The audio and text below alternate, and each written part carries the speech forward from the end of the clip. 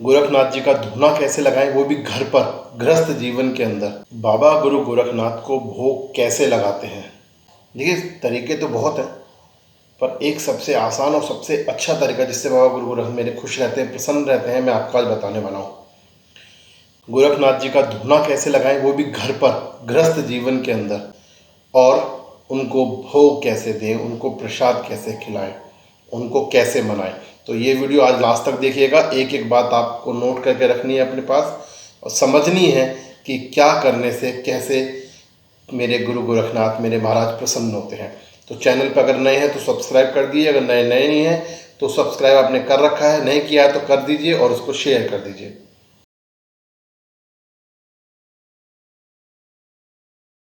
जय गुरु गोरखनाथ की, जय हो बागड़ वाले की, जय हो धाम आहार की, जय मेरे सिद्ध बाबा महाराज की जय। सिद्ध गुरु गोरखनाथ तेरी सदा ही जय हो।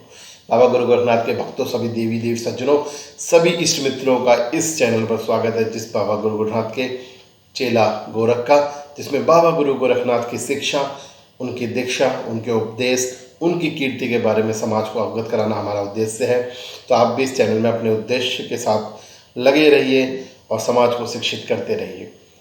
बात हम कर रहे थे यहाँ पर बाबा गुरु गोरखनाथ के धूने की। तो बाबा गुरु गोरखनाथ का धूना और भोग, सबसे पहले हम बात करते हैं धूने की, क्योंकि धूना लगेगा तो ही भोग दिया जाएगा। तो सबसे पहले हमें धूना लगाना होता है। धूना कैसे लगाते हैं?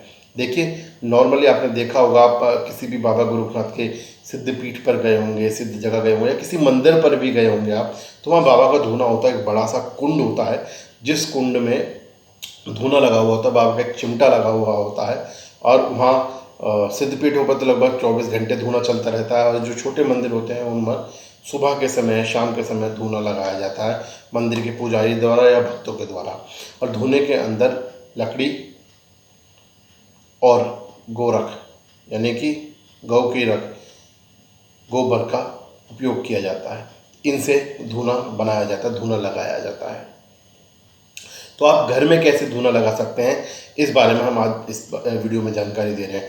तो समझने की कोशिश कीजिएगा। सबसे पहले आप स्वच्छ हो जाइए, नहान धोने की आप अपनी प्रक्रिया को, रोज़ की जो दिनचर्या है उससे निवृत्त हो जाइए, और बाबा के आसन के सामने अपना एक आसन लगा लीजिएगा। आपको एक मैंने पहले भी बताया कि मैंने एक वीडियो बनाई थी जिसमें पूजा के लिए कुछ आवश्यक नियम और विधि बताई हुई है। उस वीडियो को, उसका लिंक मैं इसमें डाल दूंगा, उसको ज़रूर से देखिएगा, ज़रूर उस वीडियो को ज़रूर देखिए, क्योंकि वो वीडियो देखना आपके लिए बहुत ज़रूरी है।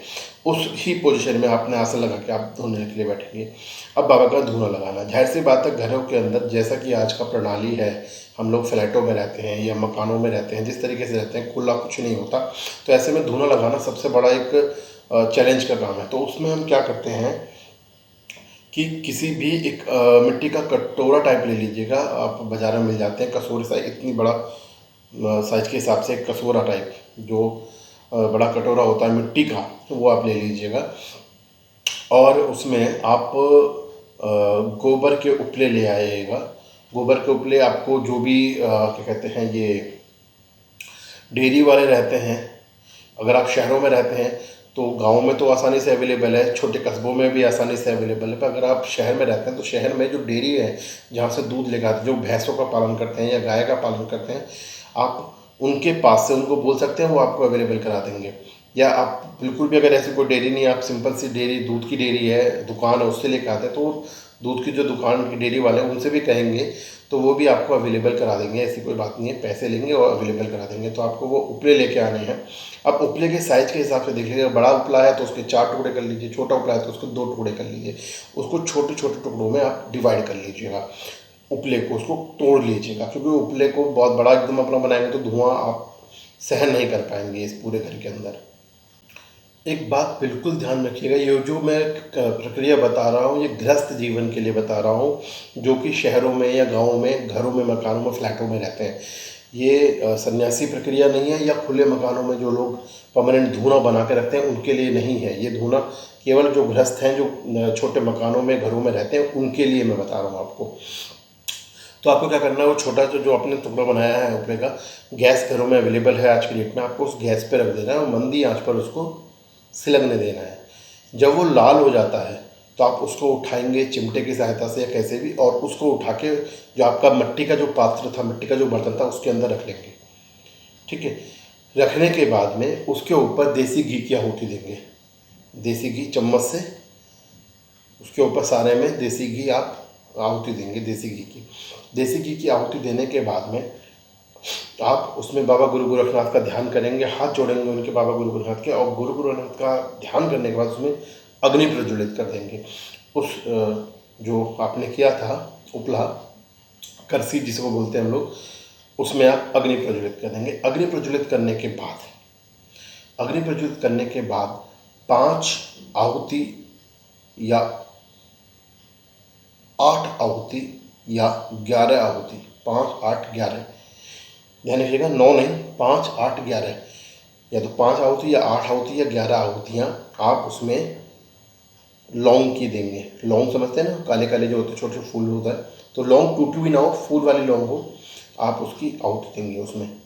ठीक है, और लौंग की आहुति अगर आप शादीशुदा हैं तो जोड़े से देंगे, 2 लौंग एक साथ देंगे। ठीक है, आप लौंग की आहुति देंगे उसके अंदर। लौंग की आहुति देने के बाद में आप उसके अंदर जो सामग्री होती है, सामग्री आप ले आए, बाज़ार से मिल जाएगी आपको आराम से, आप उसे घर में भी बना सकते हैं। तो सामग्री होती है, सामग्री की 5, 8 या 11 आहुति आप सामग्री की देंगे, उसके अंदर देंगे जो आपका अग्नि आपने प्रज्वलित किया करसी के ऊपर। 5, 8 या 11 आहुतियाँ आप उसकी लौंग की और सामग्री के उसके ऊपर देंगे। ये बात ध्यान रखिएगा, लौंग की आहुति आप इस तरह, लौंग या सामग्री की आहुति जब देते हैं तो ये जो उंगलियां हैं, ये वाली जो उंगलियां हैं, ये उंगलियां काम नहीं आती हैं आपको, ये इस तरह से देनी होती है, इस तरह से आपको देनी होती है। या आप ये दोनों उंगलियां ले सकते हैं, इस तरह से आप ले सकते हैं। ये दोनों उंगलियों का आप प्रयोग नहीं करेंगे, अक्सर लोग ऐसे करते हैं, ऐसा नहीं होता, ये दोनों या ये। ठीक है, आप इसको प्रयोग करेंगे और इस तरह से आप उसमें आहुति दे सकते हैं। तो 5, 8 या 11 आहुति आप उसमें दे दें और बाबा का प्रार्थना करें, बाबा के ध्यान करें। जो बाबा की साधना करना चाहते हैं, जो मंत्र करना चाहते हैं वो मंत्र करें, जो साधना करना चाहते हैं तो साधना करें। एक वीडियो है कि बाबा की साधना कैसे करें, बाबा की सिद्धि कैसे करें, बाबा की तंत्र साधना कैसे करें, तंत्र साधना नहीं, बाबा की केवल साधना और सिद्धि, बाबा का प्यार कैसे हासिल करें, उसके लिए एक वीडियो मैं और बनाऊंगा। इसके बाद आप उस वीडियो को देख लीजिएगा कि साधना किस तरह करें। तो साधना के लिए भी ये ज़रूरी है, पहले ये होगा उसके बाद साधना होगी। और नहीं तो आप जैसे गृहस्थ हैं तो बाबा का धुना करने के बाद आप बाबा की पूजा कर सकते हैं नॉर्मल सीधे तरीके से, जो भी मंत्र आपको बोलने हैं, जो भी क्रिया आपको करनी है वो कर सकते हैं। तो बाबा का धुना कैसे करें कि जो एक कंडीशन थी वो मैंने आपको बता दी कि बाबा का धुना करने के लिए आपको बहुत ज़्यादा परेशान होने की ज़रूरत नहीं है। गोबर के उपले की करसी आपको तोड़नी है छोटी छोटी, उसको आप अपने गैस पर लाल करके गर्म कर लें एकदम, जब वो लाल होने जाए तब उसको लाएं और उसके ऊपर हल्का सा घी, देसी घी, क्योंकि बाबा का देसी घी चलता है, ध्यान रखिएगा, कोई और प्रयोग ना करें। देसी घी की उस पर आहुति आप छोड़ सकते हैं।